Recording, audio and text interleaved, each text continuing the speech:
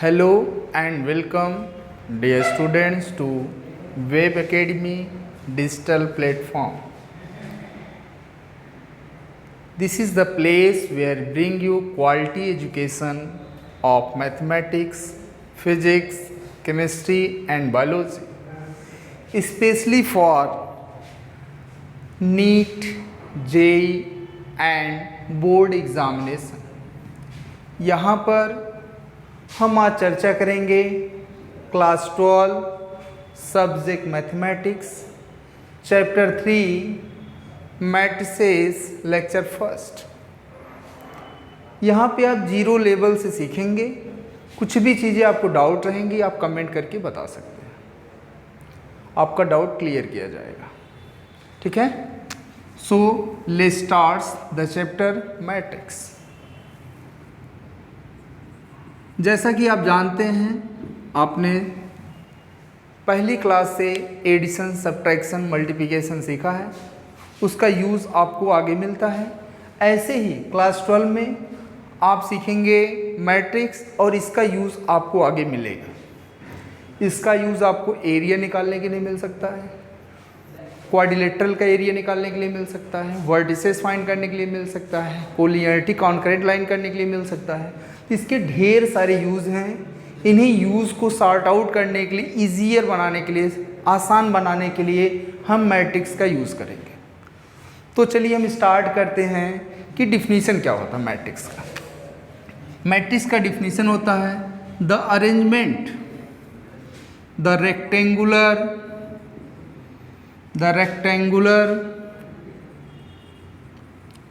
Arrangement of the rectangular arrangement of numbers is called matrices, means इसका मतलब समझिए, कह रहा है अगर नंबर्स को रेक्टेंगल के फॉर्म में रख दें, कहाँ पे, इन स्क्वायर ब्रैकेट के अंदर, तो वहाँ पे मेरा बनेगा मैट्रिक्स बनेगा। For example like that, see here, this is 1 2 3 4 2 0। यहाँ पे जो नंबर्स लिखे गए हैं रेक्टेंगल के फॉर्म में लिखे गए हैं। ये हमारा ऐसे भी हो सकता है 3 4 7 1, ऐसे भी हो सकता है, और यही नंबर हमारा 2 3 1 5 -1 2 ऐसे भी हो सकता है। ज़रूरी नहीं कि रेक्टेंगल हमारा ऐसे ही बने, ज़रूरी नहीं कि रेक्टेंगल ऐसे ही बने, ज़रूरी नहीं ऐसे ही बने। हम किसी भी प्रकार से अरेंज करके, बस वो नंबर्स का अरेंजमेंट रेक्टेंगुलर होना चाहिए, उसे क्या कहेंगे हम, मैट्रिक्स कहेंगे। क्या कहेंगे, मैट्रिक्स कहेंगे।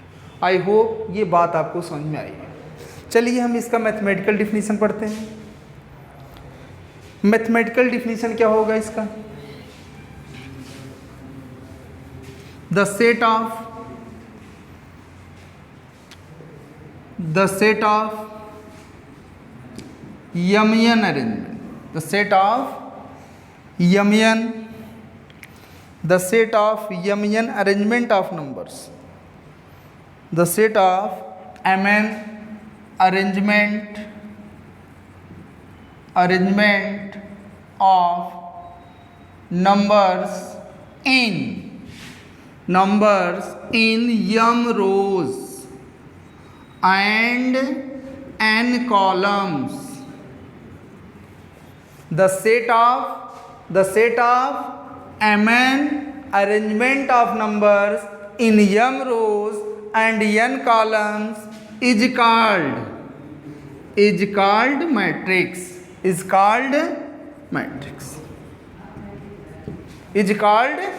मैट्रिक्स समझना आपको है कि यम अरेंजमेंट होगा जिसमें यम रोज होगा, n कॉलम होगा, और इनके अरेंजमेंट को क्या कहेंगे, मैट्रिक्स कहेंगे। आइए समझते हैं कैसे। अगर हम इसका जनरल फॉर्मूले मैट्रिक्स का लिख दें A11। ये चीज़ें आपको याद रखनी होगी, कैसे बनती है, कौन सा पोजीशन कैसे लिखा जाता है, ताकि आपका टॉपिक और आपको सरलता से समझ में आए। A12, A13, ऐसे ही A1n, A21, A22, A23, A2n। In the same way, AM1, AM2,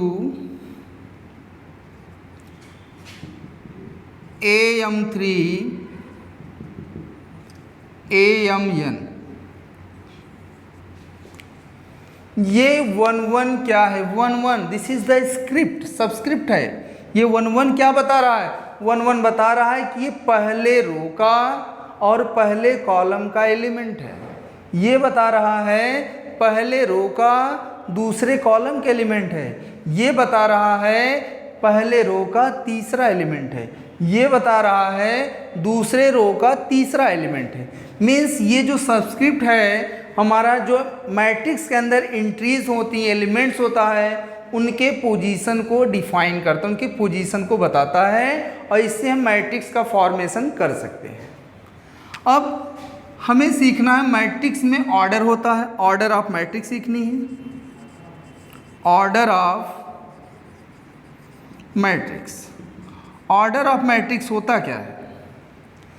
जितने नंबर ऑफ रोज हों क्रॉस और बाई जितने नंबर ऑफ कॉलम्स हों उन्हीं को क्या कहा जाता है? Order of matrix. तो सीखते हैं रोज क्या होता है, कॉलम्स क्या होता है।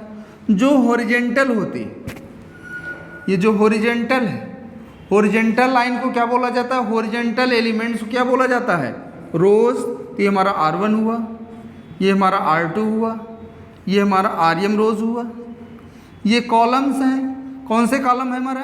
First column, second column, third column, n column, nth column. तो इसमें कितने कॉलम? n कॉलम्स हैं, m रोज हैं। तो इस मैट्रिक्स ऑर्डर क्या हो गया? m cross n। इस मैट्रिक्स का ऑर्डर क्या हो गया? m cross n order matrix. अब हमें सीखना है कि ऑर्डर से हमारा एलिमेंट्स कैसे डिफाइन कर सकते हैं, कितने पॉसिबल ऑर्डर मैट्रिक्स के हो सकते हैं। How many possible order of matrix are there. अगर कह दिया जाए किसी मैट्रिक्स में,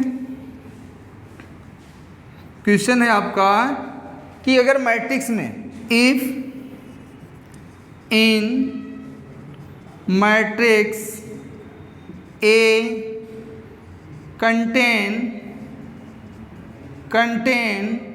12 elements, then how many possible order of matrix, कितने पॉसिबल ऑर्डर मैट्रिक्स के हो सकते हैं। किसी मैट्रिक्स में कितने एलिमेंट्स हैं? 4 एलिमेंट्स हैं। तो जितना 12 का फैक्टर होगा उतने ऑर्डर हो सकते हैं। कैसे सीखते हैं? 12 को हम क्या लिख सकते हैं? 12 को क्या लिख सकते हैं? 1 फैक्टर है 12 का, 2 फैक्टर है, 3 फैक्टर है, 4 है, 6 है, 12 है। मीन्स 12 को हम अरेंज कर सकते हैं कैसे? 12 1 जा 12, 1 12 जा 12, 6 2 जा 12, 2 6 जा 12, 3 4 जा 12, 4 3 जा 12। ये तरीका है। 12 एलिमेंट्स को अरेंज करने के इतने तरीके हो सकते हैं। तो कितनी मैट्रिक्स बना सकते हैं अगर 12 एलिमेंट्स हैं? कितने मैट्रिक्स बना सकते हैं? 1 2 3 4 5 6। अगर किसी मैट्रिक्स में 12 एलिमेंट्स हैं, 12 एलिमेंट्स हैं, तो 6 पॉसिबल टाइप्स की मैट्रिक्स बना सकते हैं। और सब जिनके ऑर्डर क्या हो सकते हैं? Either 12 by 1 order, 1 by 12 order, 6 by 2 order, 2 by 6 order, 3 by 4 order, 4 by 3 order. यही सब ऑर्डर मैट्रिसेस के हो सकते हैं अगर नंबर ऑफ एलिमेंट्स हमें पता हो तो। I hope you understand. चलिए आगे चलते हैं। हम डिफाइन करते हैं कि मैथमेटिकल डिफिनेशन से हम ये तो डिफिनीशन ऐसे लिखेंगे, ये इतना बड़ा हो जाएगा, आपको सरल तरीके से छोटे में इसका डिफिनीशन कैसे लिखेंगे। इसके लिए हम सीखते हैं ए हमारा कोई मैट्रिक्स है तो इसे क्या लिखा जाता है, ए आई जे। आई जे हमारा क्या है, सबस्क्रिप्ट है। आई जे हमारा क्या है, सबस्क्रिप्ट है। क्या बताता है सबस्क्रिप्ट, ये बताता है कि पोजीशन ऑफ द एलिमेंट्स। आई क्या है, रो है, जे क्या है, कॉलम है। ये हमारा क्या है, यम क्रॉस एन। यम क्रॉस एन क्या है, ऑर्डर ऑफ द मैट्रिक्स, या यम बाई एन पढ़ सकते हैं या यम क्रॉस एन पढ़ सकता है। फिर नेक्स्ट अब आई के बारे में समझते हैं। आई क्या है, आयत रो। आई क्या है, आयत रो। जे क्या है, जेयत कॉलम। अगर हमसे कोई पूछे कि A31 का मतलब क्या है, what is the meaning of A31, तो हम कह सकते हैं this is the element of, this is the element of third row and first column. This is the element of third row and first column. चलिए हम इससे एक question लेके सीखते हैं। जैसे हमें सीखना है कि मैट्रिक्स बनाइए, 2x3 की मैट्रिक्स बनाइए अगर AIJ के बारे में जानकारी दी गई हो। चलिए क्वेश्चन ले लेते हैं यहाँ पे।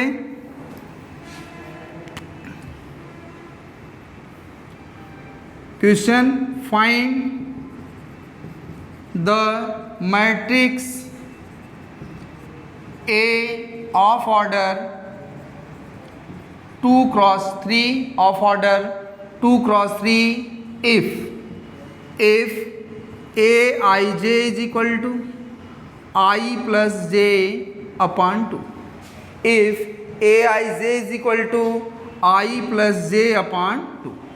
हम कैसे मैट्रिक्स बनाएंगे, 2x3 ऑर्डर का मैट्रिक्स क्या होगी अगर Aij दिया होगा I plus j upon 2 के बराबर। तो चलिए सीखते हैं पहले मैट्रिक्स होगी क्या। क्या मैट्रिक्स होगी, 2x3 मतलब 2 रो होंगे, 3 कॉलम होंगे। तो रो क्या होगा हमारा, A11 होगा, A12 होगा, A13। देखिए first column, second column, third column. A21 होगा, A22 होगा, A23 होगा। समझ में आ रहा आपको। अब ध्यान से देखिएगा कि ये जो हमारा है 1 1 आई जे मीन्स 1 + 1 upon 2 क्या मिलेगा, 1 + 1 upon 2। I means 1, J means 1, 1 + 1 upon 2 means 1 + 1 upon 2 means, ध्यान से देखिए, upon 2, 2 upon 2 एंड 2 upon 2 का मतलब कितना होगा, 1। नेक्स्ट देखिए A12 का मतलब क्या होगा, 1 + 2 3, 3 upon 1 + 3 4, 4 upon 2 का मतलब क्या होगा, 2। 2 + 1 का मतलब क्या होगा, 3, 3 upon 2। 2 + 2 का मतलब क्या होगा, 4 and 4 divided by 2 is equal to 2। 2 3 का मतलब क्या होगा, 5, 2 + 3 5, इट मीन्स 5 upon 2। अगर हमारा मैट्रिक्स दिया रहे, मैट्रिक्स के एलिमेंट्स की पोजीशन के बारे में दिया रहे, तो हम मैट्रिक्स को फाइंड कर सकते हैं। अगर इसका ऑर्डर बताना हो क्या बताएंगे, 2 रो हैं, 3 कॉलम हैं, 2x3 is the order of the matrix.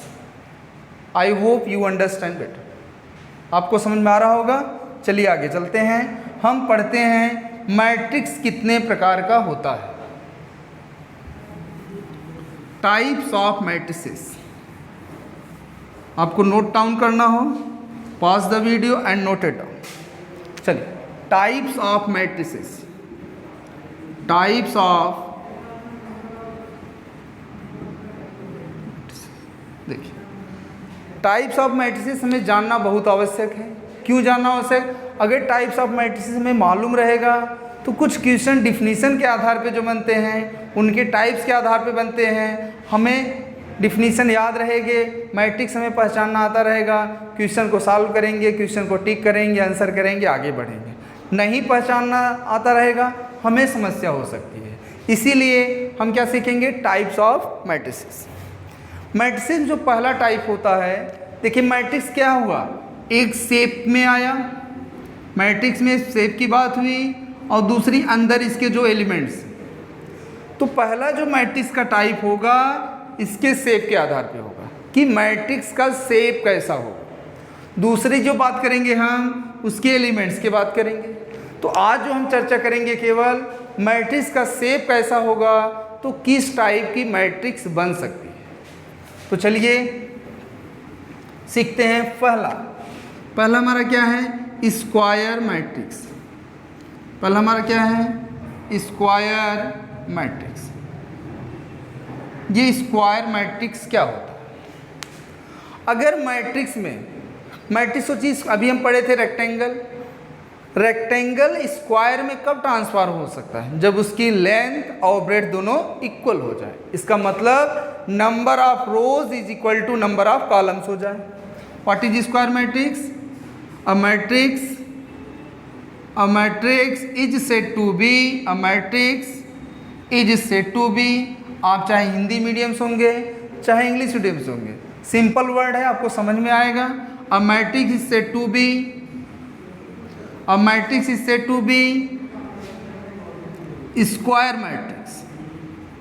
Square matrix if number of rows, if number of rows is equal to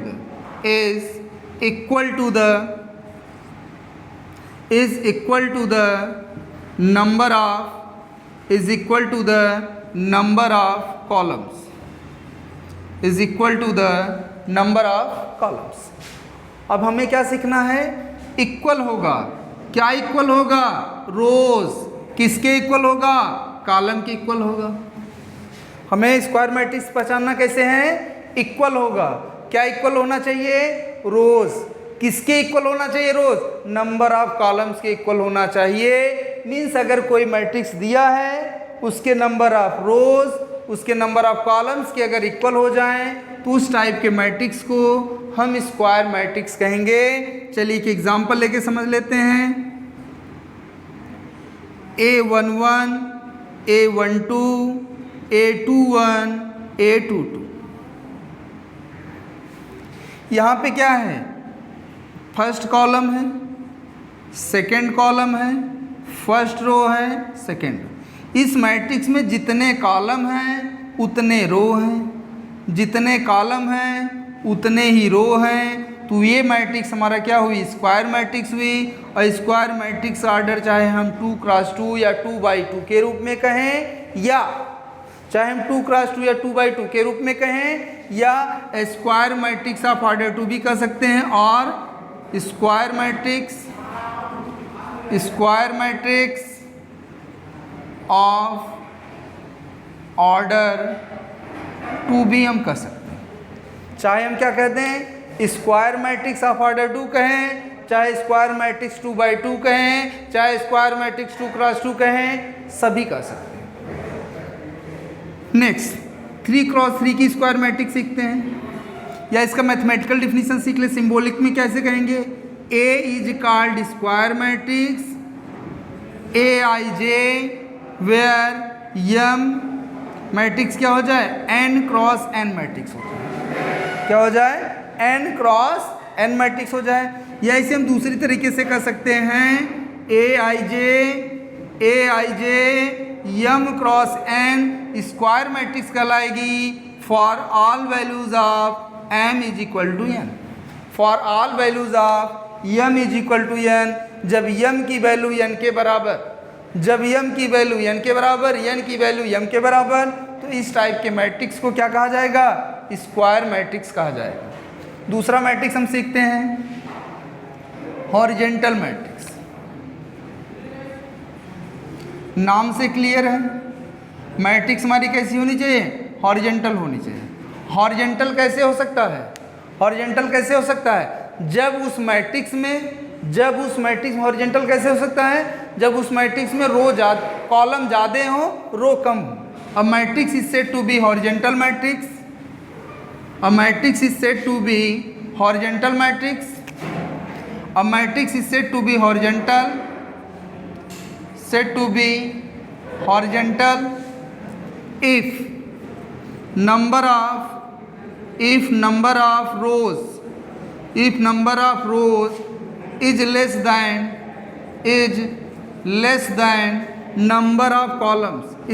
than number of columns.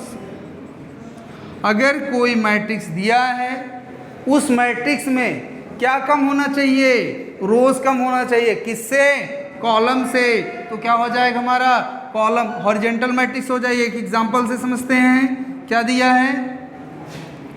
1 2 3 4 -2 4 6 7 ये दिया। ये देखने में हॉरिजॉन्टल लग रहा है मैट्रिक्स? बिल्कुल लग रहा है। ध्यान से देखिए, इसका ऑर्डर कितना होगा? कितने रो?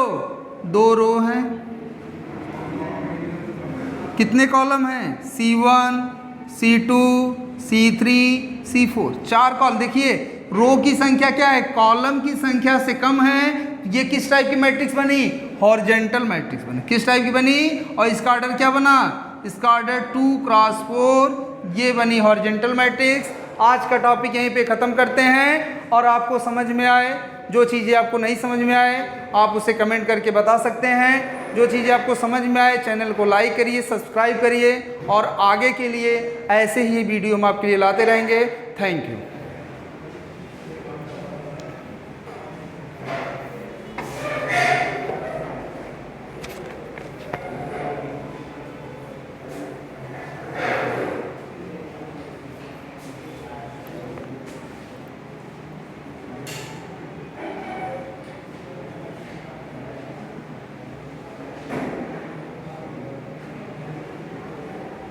तो